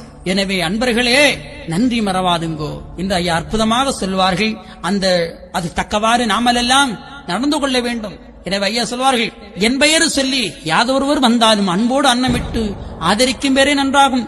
என்னென்ன இடுக்கமாது அபாயமாது வந்தாலும் அந்நேர நாராயண ஆயனங்க நான் வருவேன் என்று சொல்வார்கள். நாமெல்லாம் தெரிந்து நன்றியோடும் தர்ம சிந்தனையோடும் வாழ வேண்டும். எனவே ஐயாவை இப்படி அந்த சிறையிலே வைத்திருக்கின்றார்கள். எல்லா மக்களும் ஐயாவை வந்து சூழ்ந்து நமஸ்காரம் செய்து பணிவிடைகள் செய்து அருள் பெற்று சென்றார்கள் அந்த மக்கள் எல்லாம். அப்போது மன்னன் சரடனை அழைத்து கொண்டு வந்த சாணானை இனி கொன்றுவிட வேண்டும். எத்தனையோ சோதனைகளை செய்தோம், அவனை கொல்லவிட முடியவில்லை. எத்தனையோ சோதனைகளை செய்தோம், அந்த சாணான் என்ற சாமியை கொல்ல முடியவில்லை. இனி ஏதாவது ஒரு சூச்சம் செஞ்சு இவரை கொல்ல வேண்டும் என்று எண்ணியே அந்த மன்னன் சரடனை அழைத்து, பேயனொரு சாணானை பிடித்துக் கொண்டு வந்தோம், தூய இரும்பு விலங்கதிலே போட்டு வைத்தோம், சுவாமி என்று பாவித்த சாணானந்தனை நாமும் காமியத்தால் வெறுத்த கடுவாயுதனை வருத்தி ஒரு பெரிய கடுவாயை கொண்டு வந்து இவனை கொன்றுவிட வேண்டும் என்று நினைக்கின்றான். தனக்கு ஏவல் புரிகின்ற ஏவலாளிகளை அழைத்து இப்போது ஒரு நொடியில் 7 மலையும் தேடி வெற்போடு வெற்பெல்லாம் வேகமுடன் ஒரு பெரிய கடுவாயை வேங்கதனை பிடித்து இப்போது என் முன்னை கொண்டு நீங்கள் நிறுத்த வேண்டும் என்று அந்த ஏவல் புரிகின்ற ஏவலாளிக்கு உத்தரவிடுகின்றான். சேவகர்களும் ஆகட்டுமெனவே பயந்தார்கள். நாம போய் எப்படி கடுவாயை பிடிப்பது? கடுவாயை நம்மளை சும்மா விடுமா? கடுவாயை சும்மா பிடிக்க முடியுமா? முடியாதே. அதிலும் வேகத்திலும் பெரிய வேங்கையை எப்படி பிடிப்பது? ஆகா, நாம் என்ன செய்வது? நம்மளை கொன்று விடுவாரே மன்னன் என்று பயந்தார்கள் அந்த சிப்பாய்கள். உடனடியாக இவர்கள் கடுவாயை பிடித்துக் கொண்டு வர வேண்டும். அதற்கு நாம் என்ன செய்யலாம் என்று யோசித்து சிறையிலே வைக்கப்பட்டிருந்த நாராயணரிடத்திலே வந்திருந்து அருள் வருகின்றார்கள். எப்படி? நாராயணரே நாங்கள் போகுங்க பேரா நடக்க வேணும், பெரிய திருமாலை உம்மை சோதிக்க ஒரு கடுவாய் கொண்டு வர செம்மையில்லா ராஜா சினமே அனுப்பினார்கள். ஆனதினால் கடுவாய் அடியங்கள் கையதில் போனவுடன் சிக்கிடாவும் பறந்தாரும் புண்ணியரே. நாராயணரே, நாங்கள் போகும் கர்மம் பேரா நடக்க வேண்டும். பெரிய திருமாலே, உம்மை சோதிக்க மன்னன் ஒரு கடுவாயை பிடித்து வரும்படி உத்தரவிட்டிருக்கின்றான். நாங்கள் உம்மை சோதிப்பதற்காக அந்த கடுவாயை நாங்கள் பிடிக்க வேண்டும். அதற்கு கடுவாய் போனவுடன் சிக்க எங்களுக்கு அருள்தாரும் ஐயா. பாருங்கள், ஐயாவை கொல்ல ஐயாவோடு அருள் வருகின்றார்கள். ஐயாவும் மௌனமாக ஆகட்டும் என்று அருள் கொடுத்தார்கள். இவர் நேர போனார்கள். காடு கலைத்து கடுநாய்கள் விட்டேவி வேடுவர்கள் எல்லாம் விரைந்து கலைத்தார்கள். அப்போது வேகமதிலும் பெரிய ஒரு வேங்கை ஒரு கடுவா சிக்கியது. சிக்கிய உடனே அவர்கள் சொல்வார்கள், தாமரை குளத்தூர் சந்நியாசி பாதமதாய் நாமளும் மன்னனுக்கு நாடி பிழைத்தோம் என்றார். தாமரை குளத்தூர் சந்நியாசி பாதமதாய் நாமளும் மன்னனுக்கு நாடி விளைத்தோம் என்று நல்ல வெண்ணி உண்டு நற்சாணான் சுவாமியிடம். வந்திருப்பவர் சாதாரணப்பட்டவர் அல்ல, அவர் பெரியவர், அவர் நல்ல ஒரு வெண்ணி உண்டு என்று அவருடைய பெருமையை அப்போதுதான் தெரிந்து கொண்டார்கள். எனவே கடுவாயை பிடித்து வருகின்றார்கள். வருகின்ற பொழுது அங்கிருந்த மக்கள் எல்லாம் பயந்தார்கள். ஆகா, நம்முடைய தந்தையை, நம்முடைய கடவுளை இந்த கடுவா கடித்து விடுமா என்று பதறினார்கள், அழுதார்கள், துடித்தார்கள். அப்போதுதான் அந்த மக்களை பார்த்து ஐயா சொல்லுவார்கள், ஏனப்பா கலங்குகின்றீர்கள்? கேட்டு நாராயணரும் கீழ் சுண்டு கொள்மகிழ்ந்து நாட்டுக்கு அறிவிதிநாதன் நாராயணன். கேட்டு நாராயணரும் கீழ் சுண்டுக்குள் மகிழ்ந்து நாட்டுக்கு அறிவிதினான் நாராயணன் நான். பட்சி பறவை பல ஜீவ ஜந்துகளை நிச்சயமா படைத்த நீல வண்ணனு நான். எனவே ஐயா சொல்வார்களே, மண்ணேழு மலர்ந்த மாயப்பெருமாளு நான், விண்ணேழு மலர்ந்த விஷ்ணு திருவுளமு நான். ஓரடியா அளந்தமாயன் இந்த உலகத்தை ஆள நான் வருவோம். வானம் தலையாச்சே, பூமிதான் காலாச்சே என்று ஐயா சொல்வார்கள். அவ்வாறே ஏ மக்களே, நீங்கள் கவலைப்படாதீர்கள். கீதையில் அர்ஜுனனுக்கு பகவான் கண்ணபிரான் உபதேசிக்கின்றார். எப்படி? நான் தேவர்களில் இந்திரனாக இருக்கின்றேன், கிரகங்களில் நான் சூரியனாயிருக்கின்றேன், நான் எல்லா உயிரினங்களுக்கும் ஆத்மாவாயிருக்கின்றேன், உயிரினங்களில் ஆரம்பமும் நானே, உயிரினங்களில் ஆரம்பமும் நானே, உயிரினங்களில் வாழ்க்கையும் நானே, உயிரினங்களில் முடிவு நானாக இருக்கின்றேன். வாயு தேவர்களில் தேஜஸாகவும் சந்திரனாகவும் இருக்கின்றேன். பொறி புலன்களில் நான் மனதாகவும் இருக்கின்றேன். மலைகளுக்கெல்லாம் நான் இமயமலையாகவும் இருக்கின்றேன். நான் ருத்திரங்களில் பரமசிவனாகவும் இருக்கின்றேன். எசர் அரக்கர் போன்றவர்களில் நான் குபேரனாகவும் இருக்கின்றேன். 8 வசுக்களில் நான் அக்னியாக இருக்கின்றேன். நான் எல்லா உயிரினங்களில் உணர்வாக இருக்கின்றேன். ஞான சக்தியாக இருக்கின்றேன். புரோகிதர்களில் சிறந்தவரான பிரகஸ்பதியும் நானாகவே இருக்கின்றேன் என்று சொல்லுவார்கள். கீதையிலே கண்ணன் சொல்வார்கள். எனவே எல்லாம் நானாக இருக்கின்றேன். எனவே மக்களை நீங்கள் பதறாதே இந்தனோட பாதகரே என்று சொல்லி இதராதே மாயவனார் இருந்தனார்கான் அம்மானே. எனவே எம்பெருமானப்படி இருக்க கடுவாயை கொண்டு வந்து அங்கே கொண்டு விட்டிருக்கின்றார்கள். மன்னனிடத்திலே சொல்லுகின்றார்கள்.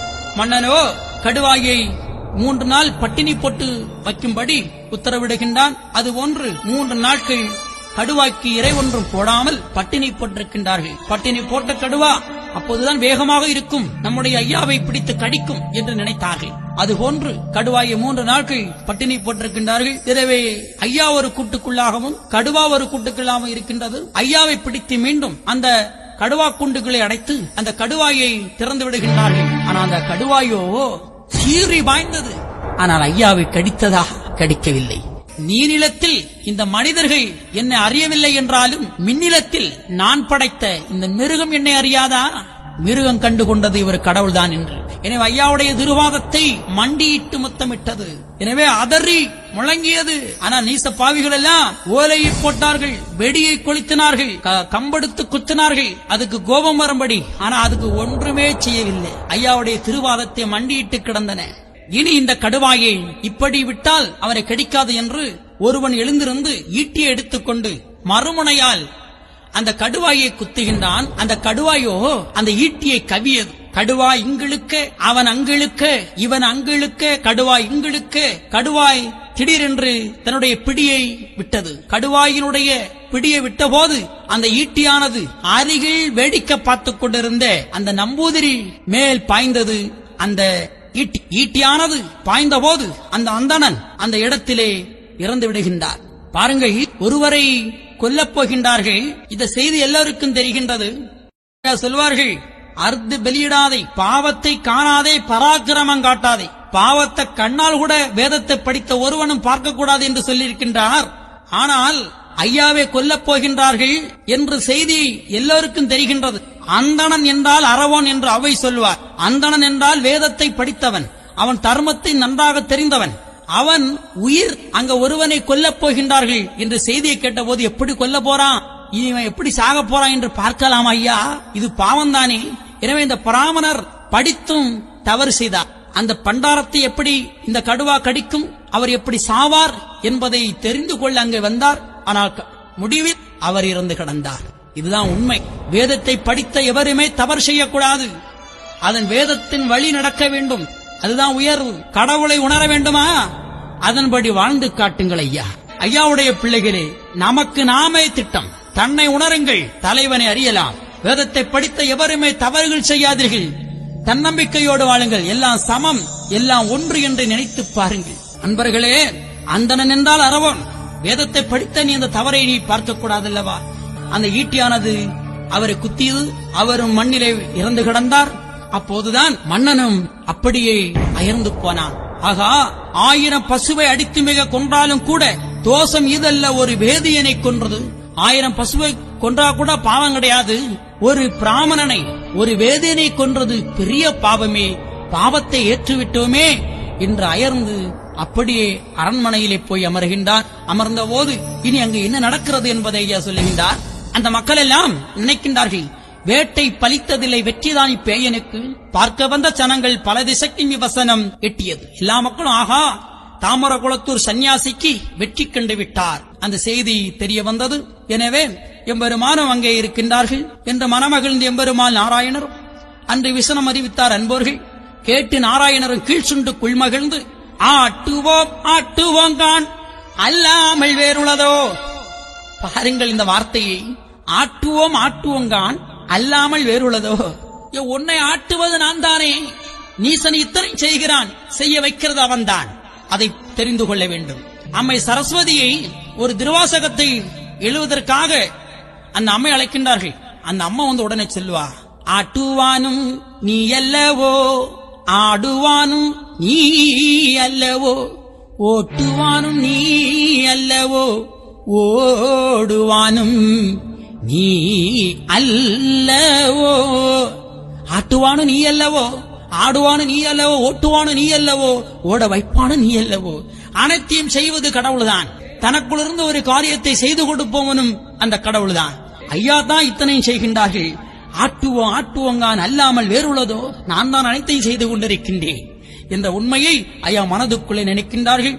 அப்போது அங்கே மன்னன் அரண்மனையிலே சோர்ந்து உட்கார்ந்து கொண்டிருக்கின்றான். அன்று ஆயர்வாடியிலே எம்பெருமானுக்கு அமுது கொடுத்த ஒருவர் விதுரன் என்று சொல்வார்கள். அவரும் அங்கே அரண்மனையிலே பணிபுரியக்கூடியவர். உடனடியாக மன்னனிடத்திலே போய் ஐயாவை பற்றிய செய்திகளை சொல்லுகின்றார். சாணானின் நல்ல தன்மை மிகு மானவுள்ளோன், கோனா மனதுடையோன், குணமுடைய நல்லவன்கான், நேர்மை ஒழுங்குள்ளோன், நேர் சொல் ஒருவர்கான், ஓருமை உடையோன், உபகாரக்காரனவன், அதனால் இவரை விட்டுவிடுங்கள் அரசே என்று உத்தரவிடுகின்ற பொழுது அரசனும் மகிழ்ந்து ஆகட்டும் எனவே நினைத்துக் கொண்டு, இப்போது இவன் இனத்தில் எத்தனை பேர்கள் ஆனாலும் ஒப்போடு உறவா ஒத்திருந்து வாழ்வதெல்லாம் சர்ப்பம் போல் ஒத்த சகல சாதி தனக்கும் உத்தரவு என்று உபாயம் சொல்லாமல், மற்றும் ஒரு சாதிகளை வாவென்று உரையாமல், தன்னொரு சாதி தன்னோடு இருப்பதல்லால் பின்னொரு சாதி பிதன வைத்து பாராமல் இனத்துடன் சேர்ந்து இருப்பேனான் என்று சொல்லி ஒரு கைசீட்டை எழுதி கையெழுத்து வாங்கி அவனுடைய ஊருக்கு போகச் சொல் என்று சொல்லுகின்றான். ஐயாவோடு கொண்டு அந்த ஓலையை கொண்டு கொடுக்கின்றார்கள். ஐயா அதை படித்து பார்க்கின்றார். ஐயா சொல்வார்கள், நம்மாலே சொல்லி நகட்டப்படாதனவே சும்மா அவன் வாயால் தான் உரைத்தை சுமந்தான். இதை நான் சொல்லக்கூடாது, சொல்லணும்னு நினைச்சேன், ஆனா சொல்ல முடியாது. ஆனா அவனே சொல்லி அவன் சுமந்தான். அவன் என்ன சொன்னா, சர்ப்பம் போல் ஒத்த சகல சாதினருக்கும். சர்ப்பம் என்றால் விஷம், அசுரர்களுக்கு உன்னுடைய அருள் தேவையில்லை என்று வாதிட்டான். ஐயாவும் அதற்குத்தான் வந்தார். நல்லவர்களை தேர்ந்தெடுக்க, சான்றோர்களை காப்பதற்காக, சான்றோர் தமக்காய் இந்த உலகத்தில் வந்தார். எல்லா மனிதரும் சான்றோர்களாக வாழணும். தியாக மனப்பான்மை, அறிவு உள்ளவன், அறிவும் நினைவும் ஒன்றாக இவன் இருக்கின்றானோ அவனை ஏற்றுக்கொள்ள வந்தார். நல்லவர்களை தேர்ந்தெடுக்க வந்த நம்முடைய ஐயா நினைத்தார், இதுதான் வேணும், இதுதான் கலியுகத்தில் ஐயா வந்தது, தேர்ந்தெடுக்கத்தான். நடுதீர்ப்பு கேட்பதற்கு நாள் எடுத்து வருகிறதப்பா. நடுதீர்ப்பு கேட்டவுடன் நாடாள நான் வருவேன். நான் தீர்ப்பு கேட்கும் வேலையிலே உத்தரவு சொல்ல திறமையாயிருங்க என்று சொல்வார்கள். சர்ப்பம் போல் ஒத்த சகல சாதின தனக்கும் உத்தரவு சொல்லக்கூடாது என்று சொன்னான். ஐயா அதை சம்மதித்தார்கள்.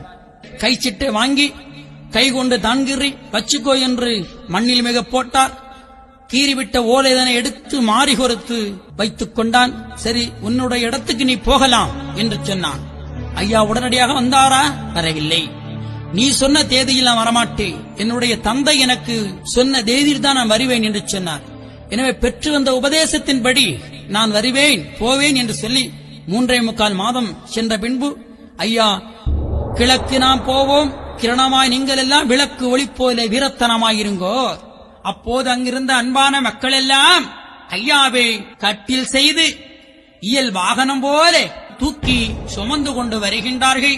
அதிலும் ஒரு சில நீச குலங்கள் அந்த சான்றோர் மக்களை பார்த்து, உழைக்க மதியற்ற இந்த சாணார்கள் இந்த சாணான் என்ற சுவாமியை தூக்கி சுமந்து போகின்றார்கள் என்று கேலி கிண்டல் செய்தார்கள். அப்போது அதுல ஒரு சில அன்பர்கள், அவன் சுவாமி அவன் சுமக்கான், உனக்கு என்னப்பா நஷ்டம் வந்து போச்சுது என்று சொல்ல, ஐயாவும் அதை ஏற்றுக்கொண்டு அப்படியே வந்து கொண்டிருக்கின்றார்கள். அப்படி வருகின்ற பொழுது பல அதிசயங்களை எல்லாம் காட்டிவிட்டு ஐயா மீண்டும் சுவாமி தோப்பு தலத்திலே வந்திருந்து பல இகனை அங்கு நடத்துகின்றார்கள். தொட்டினில் இருந்த சுவாமி விளியுமிட்டு மட்டில் இருந்த வளர் தாமரைவதியிலே வந்து வதிகண்டு வட்டமிட்டு தானாடி விந்து வழிக்கு மேல்கதிகள் ஆகுதென்று இன்று மேல் எனக்கு யாக வியாழம் வருது என்று சொல்லி எம்பெருமான் அந்த சுவாமி தோப்பு தலத்திலே அற்புதமாக அமருகின்றார்கள். அவர் விட்டு சென்ற அந்த தவத்தை ஐயா மேற்கொள்ளுகின்றார்கள். ஓதி உணவு அருந்து தெரியாத சில அன்பர்களை எல்லாம் வரவழைத்து, நீங்கள் இனி தவம் செய்ய வேண்டும், தவம் செய்து கடவுளை நீங்கள் அடைய வேண்டும், ஓதி உணவருந்த வேண்டும், 3 தரம் பதமிட வேண்டும் என்று அவர்களை வரவழைக்கின்றார்கள். அங்காங்க இருந்த மக்கள் எல்லாம் வருகின்றார்கள். அவர்களை துவையல் தவசு என்ற ஒரு அற்புதமான தவத்தை அந்த மக்களுக்கு ஏற்படுத்திக் கொடுக்கின்றார்கள். அவ்வாறே மக்களும் அந்த தவத்துக்கு போகின்றார்கள். ஐயா சொல்லுவார்கள், எப்படியும் கும்பிடுவான் அவனை புழுக்கிடங்கள் தள்ளிடுவேன், பிழைப்பதற்கு வெளிபார்த்து மக்கா பிளத்த தவம் செய்திடுங்கோ, கும்பிட்டு தவம் செய்தவருக்கு கோட்டை தலம் காட்டிக் கொடுக்க வருகிறார் என்று ஐயா சொல்வார்கள். அதுபோன்று ஐயா அந்த மக்களை தவத்துக்கு அனுப்புகின்றார்கள். அவர்களும் தவத்தை அற்புதமாக செய்து வருகின்றார்கள். ஐயாவும் தவத்தை அற்புதமாக செய்து இந்த கலியை முடிக்கின்றார் என்ற வரலாற்றினை இந்த இசையின் மூலமாக நிறைவு செய்து கொள்கின்றோம். அன்பர்களே, ஐயா தவத்தை மேற்கொண்டு எல்லோரும் வாழ வாழ ஐயா அன்பாக தவம் இருக்கின்றார்கள். இந்த ஒலிநாடாவை கேட்கின்ற அன்பர்களே, நாமளும் தினேசிரி நம்முடைய கூரைகளில் நம்முடைய வீடுகளில் ஐயாவுடைய திருநாமத்தை ஒரு விளக்கு ஏற்றி வைத்துக் கொண்டு அற்புதமாக சுசுபுத்தி நாடி என்று சொல்லக்கூடிய நம்முடைய சுழுமுனையிலே மனதை நிறுத்திக் கொண்டு சுவாமிதோப்பு பள்ளியறையோ இல்லை என்றால் அம்பலப்பதி பள்ளியறையோ முட்டப்பதி பள்ளியறையோ ஏதாவது ஒரு பதி பள்ளியறையை அப்படியே நம்முடைய சுழுமுனையிலே மனதை நிறுத்திக் கொண்டு நாம எல்லோரும் அந்த விளக்கு முன்று நின்று கொண்டு அற்புதமாக மானசீகமாக ஐயா சிவ சிவ சிவ சிவா அரகர அரகரா சிவ சிவ சிவ சிவா அரகர அரகரா என்ற நாமத்தை அற்புதமாக சொல்லிக் கொண்டு ஐயாவுடைய திருநாமத்தின்படி எல்லோரும் நல்லோரும் வாழ, நபில்வோரும் வாழ, எல்லோரும் வாழ, எல்லோரும் வாழ வாழ வாழ்த்தி ஐயாவுடைய ஆகமத்தை கேட்டு அருள் பெற்று இந்த கலியிலிருந்து விடுபட்டு எல்லோரும் மேன்மை பெற உங்களை எல்லோரும் வாழ்த்தி விடைபெறுகின்றோம். ஐயா உண்டு.